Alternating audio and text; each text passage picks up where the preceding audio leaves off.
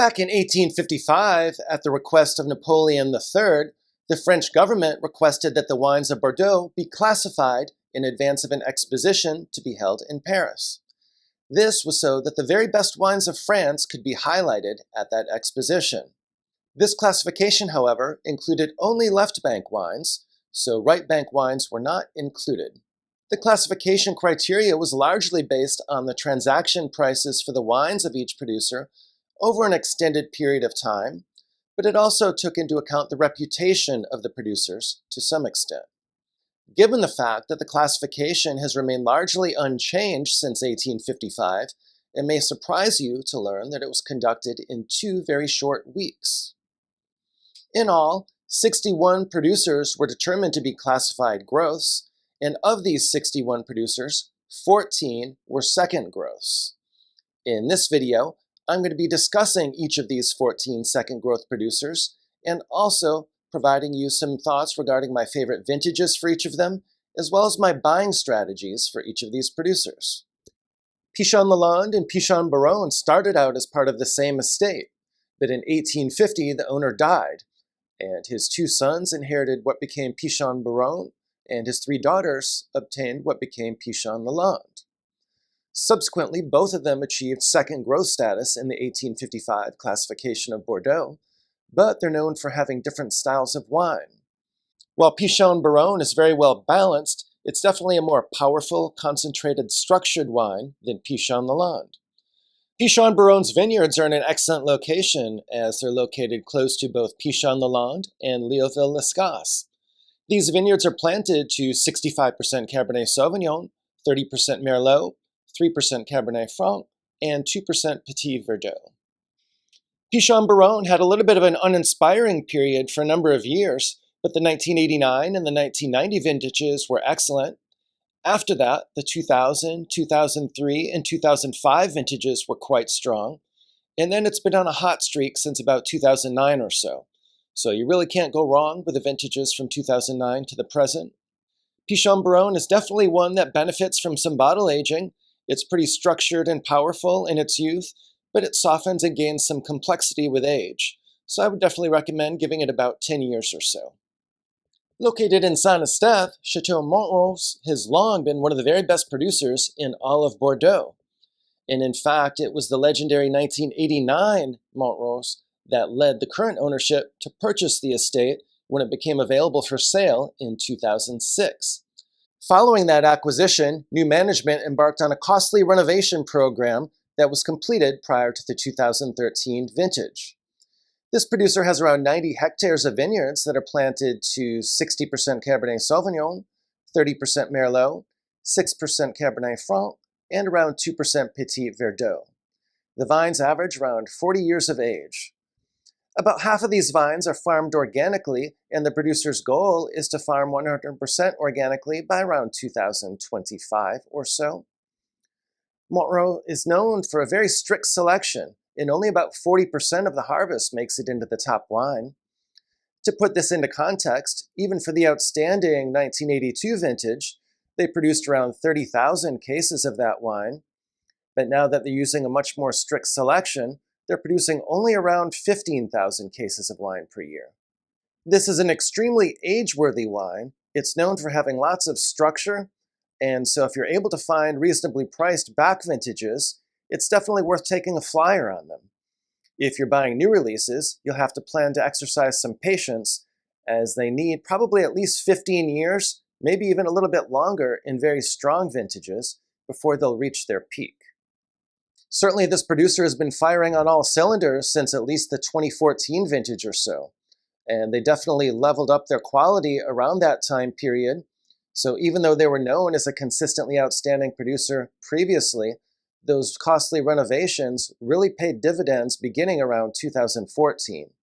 For this producer, my all-time favorite vintages, other than the 1989 and the 1990, would include 2000, 2003, 2005, 2009 and 10, and then 2016, 18, and 19, which are absolutely phenomenal. The only problem with those wines, however, is that you'll need to wait a while for them to show their best. Like Pichon Lalande and Pichon Barton, The three Leovilles used to be part of a single large estate. In fact, it was 300 hectares and one of the biggest estates in all of Bordeaux. In 1840, however, some of the vineyards were sold, and those vineyards became what is now Leoville Barton. And then the rest of the estate was divided between the children of the former owner, and those estates became Leoville-Lescasse and Leoville-Poyferre. Each of the three Leovilles is located in Saint-Julien and became a second growth in the 1855 classification of Bordeaux. So I will discuss each of them in turn, beginning with Leoville-Lescasse. While Leoville-Lescasse is located in Saint-Julien, many of its vineyards are located very close to Chateau Latour in Pauillac. Not surprisingly, given its proximity to Latour, Leoville-Lescasse wines can be structured, powerful, and austere, especially in their youth. In fact, I recall I had a 1982 Lescasse about a decade ago, and that wine was not even close to being ready. So some of the stronger vintages in particular can require many years to show their best. But once they do, it can be an absolutely phenomenal wine. The Lescasse vineyards are planted to 67% Cabernet Sauvignon, 23% Merlot, and 10% Cabernet Franc, and they have 98 hectares of vineyards, so quite a big estate. Lescasse has been a consistent performer for decades, and in strong vintages, it can even produce some of the best wine in all of Bordeaux. Some of my favorite vintages are 1982, 1986, 1990, 1996, 2000, 2005, and then all the strong vintages beginning with 2009 and continuing to the present. There's a second label for Leoville-Lescasse that's called Clos du Marquis. This wine is not a second wine, but it's a second label, since the vineyard sources for this wine are the same each year, and they're not grapes that can go into the top wine. Leoville-Lescasse also has a second wine that's been sold since 2007. This wine comes from some of the younger vines on the estate. The second wine is called Petit Lion de Marquis de Lescasse. Leoville-Poyferre was sort of a consistent yet uninspiring performer for many years, but in the late 70s they began an ambitious 19-year replanting program in their vineyards. Now the vineyards average 45 years of age, and they're planted to 68% Cabernet Sauvignon, 24% Merlot, 6% Cabernet Franc, and 2% Petit Verdot. Once these vines came of age, the results were really spectacular, and Poyferre has been a consistent performer since at least 2003 or so. The replanting program also greatly expanded the size of the vineyards, and whereas before they only had around 48 hectares of vines, they're now close to 80 hectares of vines, so a much bigger estate than they were previously. Leoville-Poyferre added a number of stainless steel vats to their winemaking facilities in 2010 or so, and this allowed them to use plot-by-plot vinification, and that helps them to be much more precise in their winemaking. And so there was a quality boost around the 2010 vintage or so. But of course, the lack of plot-by-plot vinification did not hurt Poyferre in 2009, when they made an absolutely stunning Bordeaux that received a perfect score from at least one critic. I'm also a big fan of the 2003 vintage, and certainly you can buy with confidence everything from 2000 to the present as well, as it's definitely a very consistent, high-quality performer since that time. Leoville-Poyferre is a powerful wine, but one that's definitely more velvety and sensuous than Leoville-Lescasse, especially in its youth. Nevertheless, it is a good idea to give it at least 10 years or so of bottle age before you start digging in. You can enjoy it before that with a healthy decant, but it definitely won't show its best if you drink it that young. Leoville-Poyferre also has a second wine that's called Pavillon du Leoville-Poyferre, and there's also a second label. This second label is made from a separate plot that's located in Saint-Julien, and that's used only for that second label and not for the Leoville-Poyferre top wine. Leoville Barton has long been a special wine for me. This is one of the very first wines that I started collecting. I was drawn to it immediately because it had consistently excellent quality, but had much more reasonable and fair pricing than many Bordeaux producers. That still remains the case today, although it has crept in price a little bit. Leoville Barton has around 51 hectares of vines, and they're planted to about 3/4 Cabernet Sauvignon and 1/4 Merlot, although there is a little bit of Cab Franc as well. Lately, they've been increasing the percentage of Merlot and reducing the Cabernet Franc. The vines average around 30 years of age, but they do have some old vines that are as old as 60 years or so. While the Leoville Barton wines are actually made at its sister property, Langua Barton, the style for these wines is actually quite different. But that's mostly due to the fact that the Leoville Barton wines are produced from grapes that have a warmer vineyard with better sun exposure than that of the Langua Barton vineyards. Nevertheless, the Leoville Barton wines are generally very structured and tannic wines that benefit from substantial aging. For example, I'm still waiting on some of my 2000 vintage right now, but I did have a 1990 recently that was absolutely exceptional, and I'm a big fan of the 2003. That one is actually approachable and ready to enjoy now, but that's a bit of an outlier due to the very warm vintage that year.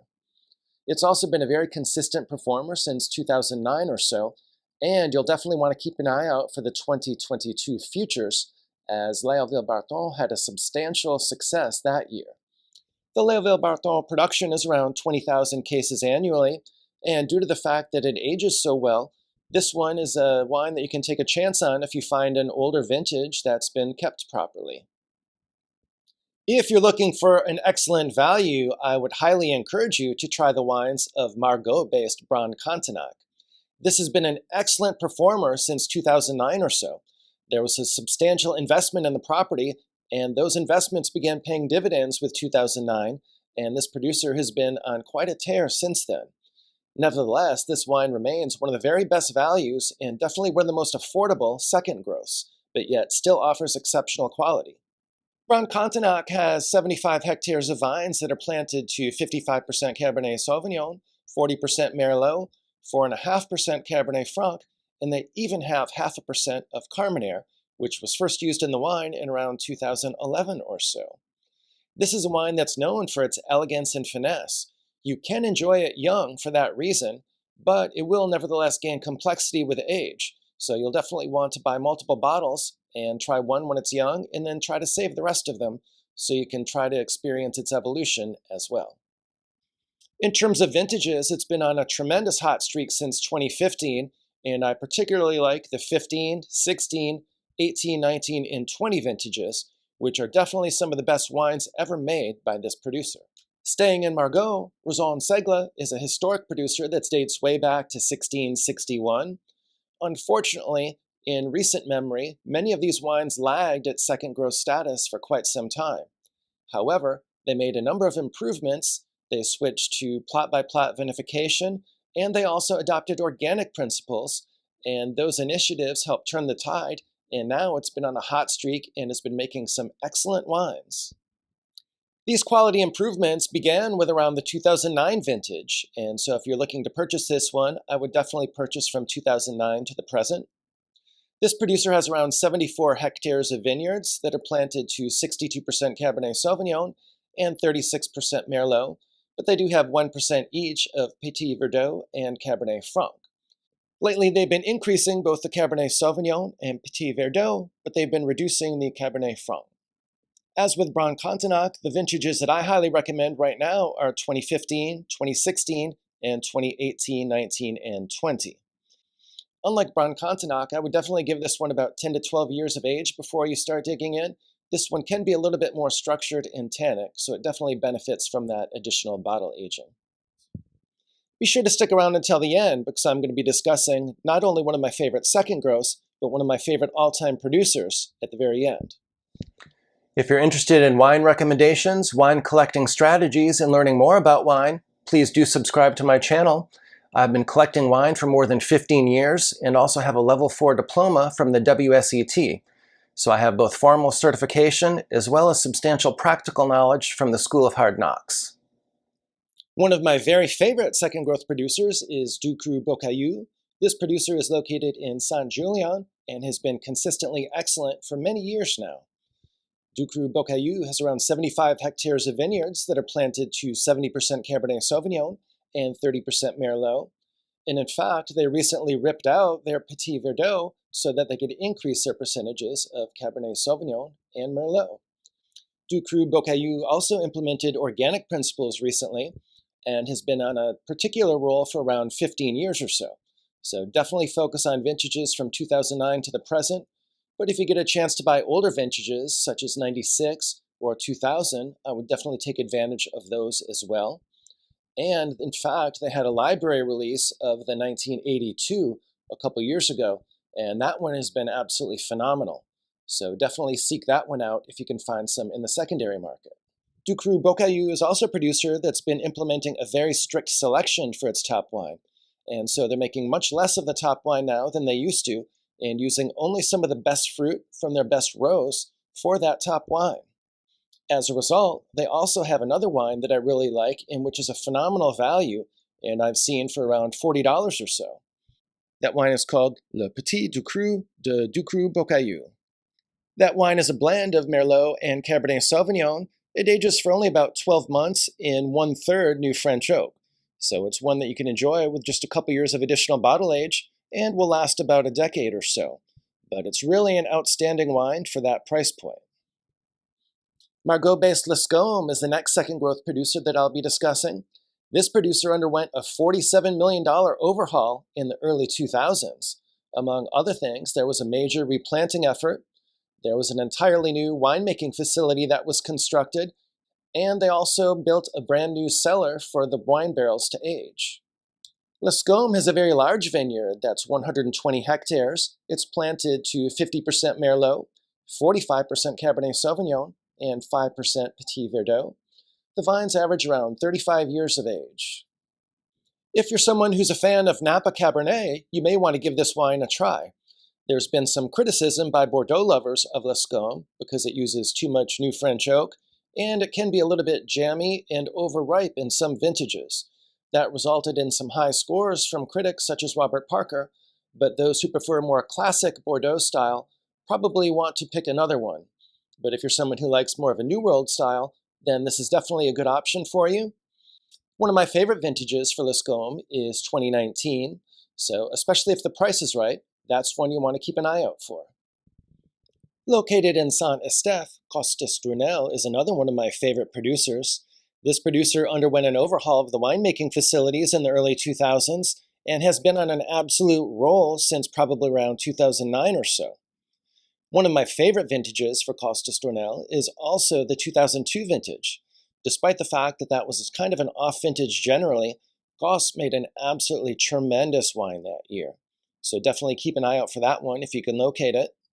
Other vintages that I enjoy include, of course, the 2009 and 10, and then vintages from 2014 to the present. If you're only going to buy one vintage of this producer, I would definitely buy the 2016 vintage. That's an absolutely phenomenal wine and one that I've featured on this channel before. So you definitely will be happy if you buy that one and put it away for a few years. In terms of the vineyards, the Cos vineyards are planted to 56% Cabernet Sauvignon, 40% Merlot, 4% Cabernet Franc, and 1% Petit Verdot. These vines average around 40 years of age, but they do have some Merlot that's as old as 100 years, so that's certainly very impressive. This wine definitely benefits from at least 10 to 12 years of additional bottle age, perhaps more than that in very strong vintages. So definitely try to resist the urge to open these too quickly, as your patience will be rewarded. Located in Saint-Julien, Gruaud Larose has been one of the most maddeningly inconsistent producers in all of Bordeaux. They've had some absolutely phenomenal vintages, such as 1982, 1986, and 1990, but they've also had extended periods of time where they produced mediocre wines not deserving of their second growth status. They have a fairly large vineyard that's 82 hectares, and it's planted to 61% Cabernet Sauvignon, 29% Merlot, 7% Cabernet Franc, and 3% Petit Verdot. Prices for this producer are still fairly reasonable, especially for its second growth status, and better still, they have had some vintages worth purchasing in recent years.